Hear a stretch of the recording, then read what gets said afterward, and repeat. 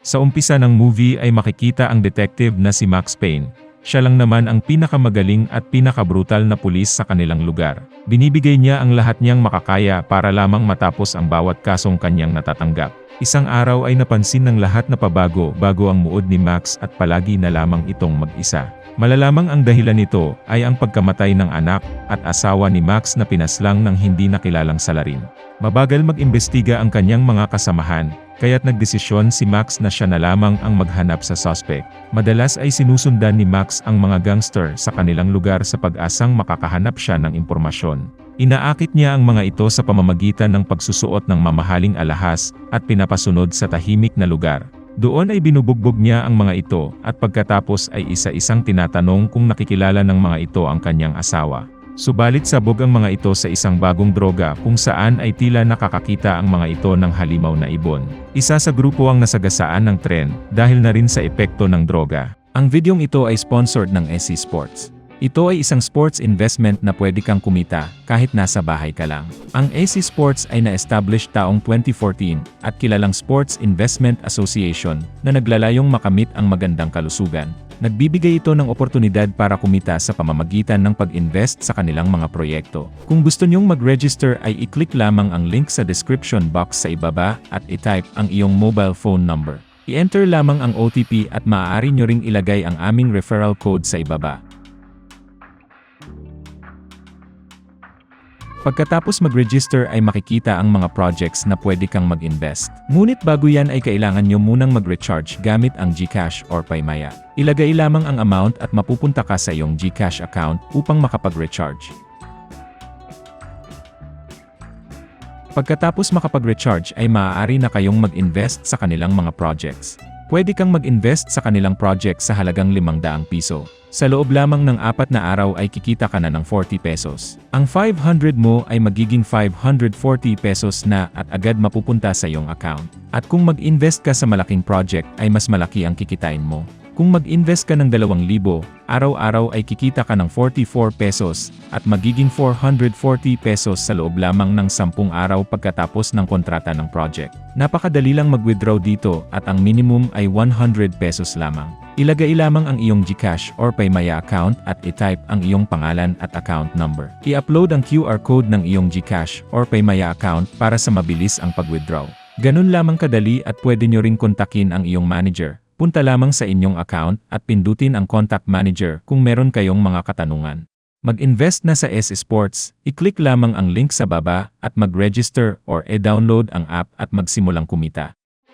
Labis na nadismaya si Max dahil hindi man lang siya makakuha ng anumang impormasyon. Tumungo ng isang club si Max at kinausap ang may-ari na matagal na niyang kaibigan.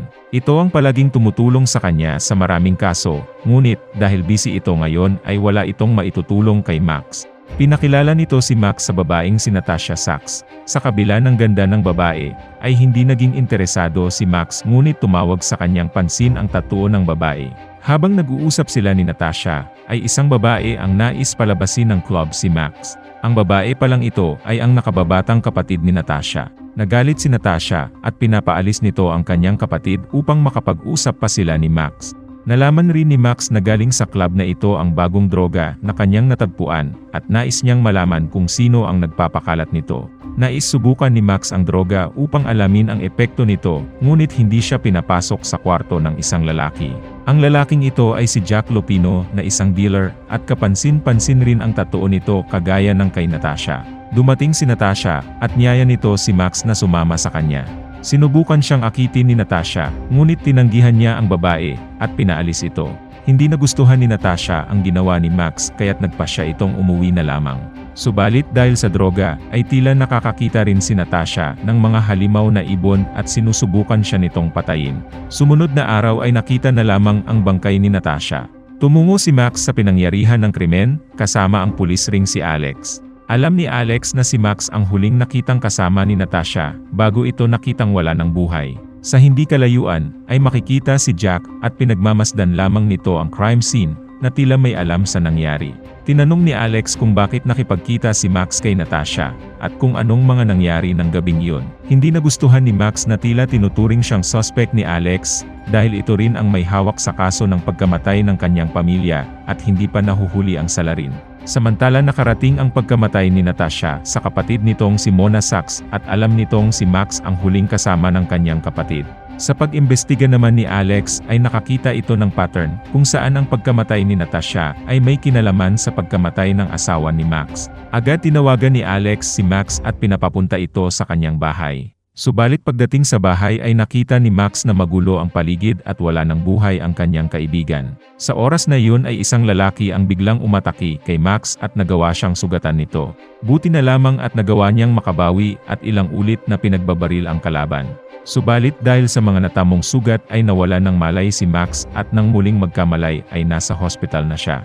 Naroroon ang isang dating pulis na nagngangalang Hensley. Dati rin itong kaibigan ni Max at ngayon ay head security ng isang kumpanya. Dito ay pinaliwanag ni Hensley na si Max ang suspect ng pulisya sa pagkamatay ni Alex, kaya't napagtanto ni Max na na-frame up siya. Inimbitahan ni Hensley si Max na bisitahin ang kanilang kumpanya na gumagawa ng mga gamot para sa military institutions. Doon ay nakilala ni Max ang boss ni Hensley na si Nicole Home. Nakipagkamay ito sa kanya at nakiramay na rin dahil nalaman nitong namatay ang kanyang pamilya.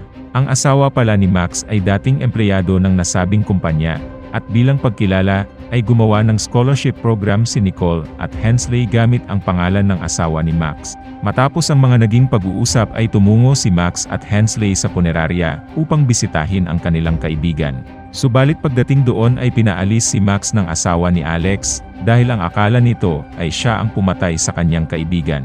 Pauwi na si Max nang biglang harangin siya ng military police na si Jim na ang trabaho ay tanggalin ang mga korap na pulis. Inimbitahan nito si Max upang imbestigahan kung may kinalaman nga siya sa pagkamatay ni Natasha at Alex. Tinanong rin siya ni Jim kung kasali sa isang organisasyon ng mga kriminal, kaya't agad niya itong itinanggi at umalis na lamang. Tumungo si Max sa opisina ni Alex, kahit pa pinipigilan siya ng ilang pulis, at hinanap ang mga files sa kaso ni Natasha. Dito ay natuklasan niyang kinontak ni Natasha, ang isang gangster, bago ito namatay. Ang gangster na ito ay isang dealer ng droga. Agad na tumungo si Max sa lugar kung saan nakatira ang nasabing gangster. Subalit natagpuan na lamang niya ang sarili na tinututukan ng baril ng kapatid ni Natashang si Mona. Makikitang sa mga armas at galawan pa lamang ni Mona ay masasabing hindi ito ordinaryong babae lamang. Pinagbibintangan ni Mona na si Max ang pumatay kay Natasha, ngunit pinabulaanan ito ni Max dahil alam niyang may nag-frame up sa kanya. Ayaw nang madagdagan pa ni Max ang kanyang kalaban, kaya't nais niyang magtulungan sila ni Mona upang hanapin ang pumatay sa kapatid nito. Pumayag naman si Mona ngunit ayaw nitong pakikialaman ni Max ang kanyang mga gagawin. Si Mona pala ay isang assassin na nagsanay mula sa kanyang pagkabata, at kapag nagloko si Max ay hindi ito magdadalawang isip na patayin siya. Pinuntahan ng dalawa ang lugar ng gangster, subalit makikitang naroon na rin si Jack at nagtatago lamang. Agad pinasok ni Max at Mona ang hideout ng gangster, ngunit makikitang sabog ito sa droga at hindi makausap ng maayos. Nakakita rin ng halimaw na ibon ang lalaki, at agad itong tumalon sa bintana. Dito ay nakita ng dalawa na ang lalaking iyon ay meron ding tattoo na katulad ng kay Natasha. Pinuntahan ni Max at Mona ang isang magaling na tattoo artist. Ayon dito ay proteksyon ang simbolo ng tatong kanilang nakita, ngunit maging ang tattoo artist ay natakot nang ipaliwanag ang kahulugan nito na tila may nagmamasid sa kanila mula sa malayo. Ang unang nagpatatuo nito ay walang iba kundi si Jack, at sa pilitan nitong pinatatuan ang lahat ng mga gumagamit ng nasabing droga bilang tanda na sila ay magkakaibigan. Ibinunyag rin ito ang kalupitan at pagiging brutal ni Jack sa mga adik na hindi nakakapagbayad sa kanya. Kinagabihan ay tumungo naman si Mona sa headquarters ng mga hitman upang alamin kung sino ang unang tao na nagpakalat ng liquid drugs. Hindi nagdalawang isip ang pinuno ng mga hitman na sabihin si Jack ang kanyang hinahanap. Dagdag pa ng lalaki na umiwas rin siya kay Max dahil isang delikadong tao ito. Samantala pumunta naman si Max sa kumpanya ni Nicole upang kunin ang mga natitirang gamit ng kanyang asawa. Dito ay napansin niyang ang logo ng kumpanya ay parehong-pareho sa tattoo ni Natasha. Nagsimulang magduda si Max sa kung ano ang lihim ng kumpanya, lalo na sa mga kasama sa trabaho ng kanyang asawa. Agad nakipagkita si Max kay Hensley upang alamin kung sino ang manager na humahawak sa trabaho ng kanyang asawa. Ayon kay Hensley ay isang nagngangalang Jason Colvin ang manager ng kanyang asawa. Nang makaalis na si Max ay agad tinawagan ni Hensley si Jim upang sabihin ang tungkol sa pagkamatay ng asawa ni Max. Sinabi ni Hensley na mabait ang pamilya ni Max at wala silang nakakaalitan sa kanilang lugar. Subalit isang araw ay pinasok ng grupo ng gangster ang kanilang bahay upang magnakaw. Nagawang depensahan ni Max ang kanyang sarili at napatay niya ang mga nangloob sa kanila. Sa kasamaang palad ay nakatakas ang isang gangster at pinatay nito ang kanyang mag-ina. Mula sa araw na iyon ay nais ng makaganti ni Max na maaaring magdulot ng kaguluhan, kaya't nakiusap ito kay Jim na hulihin agad si Max. Kapansin-pansin ang tila kakaibang kilos ni Hensley, lalo pa ang pagnanais nitong hulihin agad si Max samantalang naging magkaibigan sila. Samantala nakipagkita si Nicole sa dating supervisor ng asawa ni Max. Dito ay pinakita ang files ni Jack na dati palang Special Force Officer, at makikita ang tunay na problema. Ang kumpanya ni Nicole ang gumagawa ng liquid drugs at ginagamit nila si Jack upang maipasa naman ang droga sa mga gangster. Bumalik sa kanyang opisina ang manager at ikinagulat nitong naroroon na si Max. Agad isinara ni Max ang pintuan at binugbog ang manager upang alamin kung bakit pinatay ang kanyang asawa. Dahil sa pananakot ni Max ay napilitan ang manager na sabihing kasama ang asawa ni Max sa team na nagsagawa ng eksperimento upang makagawa ng droga para sa mga sundalo. Ang nais nilang gawin ay droga na magbibigay ng kakaibang lakas sa mga sundalo, subalit nabigo ang eksperimento bagkus ay nagbigay ng malakas na hallucination ang droga sa gagamit nito. Dahil sa nangyaring ito ay ginambala ng mga sundalong naging biktima ng droga ang mga kasama sa proyekto. Ibinigay rin ng manager ang isang file na makakatulong kay Max upang malaman ang ibang detalye. Kinuha ni Max ang file at ginawang hostage ang manager upang makalabas siya ng kumpanya. Subalit pinaligiran siya ng special force na pinatawag ni Hensley, ngunit ang manager ang binaril ng mga ito dahil marami itong nalalaman. Agad na kumilos si Max dahil tiyak niyang papatayin rin siya ng mga ito. Kahit mag-isa lamang ay nagawang sumabay ni Max sa mga special force at napatay pa halos kalahati ng grupo. Mabilis na tumakbo si Max at nagtago sa bakal na pintuan, ngunit bigla siyang tinutukan ng baril ni Jim. Walang intensyong masama si Jim bagkus ay nais lamang nitong tanungin kung si Max nga ba ang pumatay kay Natasha at Alex. Bago pa makasagot ay pinasabog ng kalaban ang kanilang kinaroroonan na nagsanhi ng makapal na usok. Dahil dito ay nagkaroon ng pagkakataon si Max na tumakas. Tumungo si Max kay Mona upang panoorin ang file na binigay ng manager kung saan ay makikita si Jack na noon ay aktibo pa sa Special Force. Ngunit sa panahong iyon ay ginawa palang test subject si Jack gamit ang liquid drug na ginawa ng kumpanya ni Nicole. Ayon kay Jack ang liquid drug ay mas pinalalakas siya at mas brutal bilang isang sundalo. Alam ni Max na may kinalaman si Jack sa pagkamatay ng kanyang asawa, kaya't sinabi ni Monang alam niya kung nasaan si Jack. Subalit pinayuhan ni Mona si Max na huwag tutungo roon ng mag-isa, dahil maraming mga tauhan si Jack mula sa iba't ibang gang.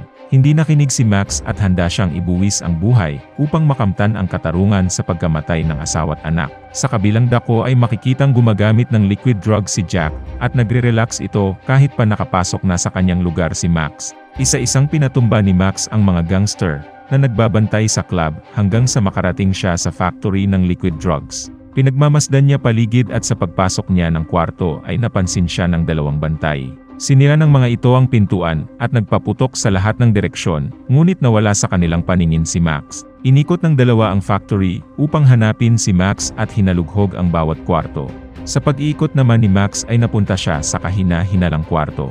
Tama nga ang kanyang hinala dahil biglang lumitaw si Jack at inatake si Max. Nahirapang lumaban si Max dahil nakagamit ng liquid drug si Jack dahilan upang mag-ibayo ang lakas nito. Nang makorner si Max ay itinaas ni Jack ang kanyang patalim at akmang sasaksakin ang leg ni Max. Biglang may bumaril kay Jack at ito ay walang iba kundi si Hensley.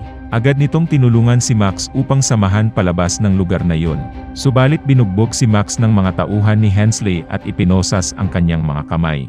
Dito malalantad ang katotohanang si Hensley ang mastermind ng mga problema magmula sa pagkamatay ng asawa ni Max hanggang sa pagkalat ng liquid drugs. Dagdag pa ni Hensley na maraming nalalamang sekreto ng kumpanya ang asawa ni Max kaya't kailangan na itong patahimikin. Samantala pinatay na rin pala ni Hensley si Jack dahil ito ang nakakaalam na galing sa kanya ang droga at maaaring sabihin ito sa pulis. At upang mas maging malinis ang trabaho ay kailangan na ring patayin si Max. Subalit hindi akalain ni Jack na may natitira pang lakas si Max at nagawa niyang lumaban.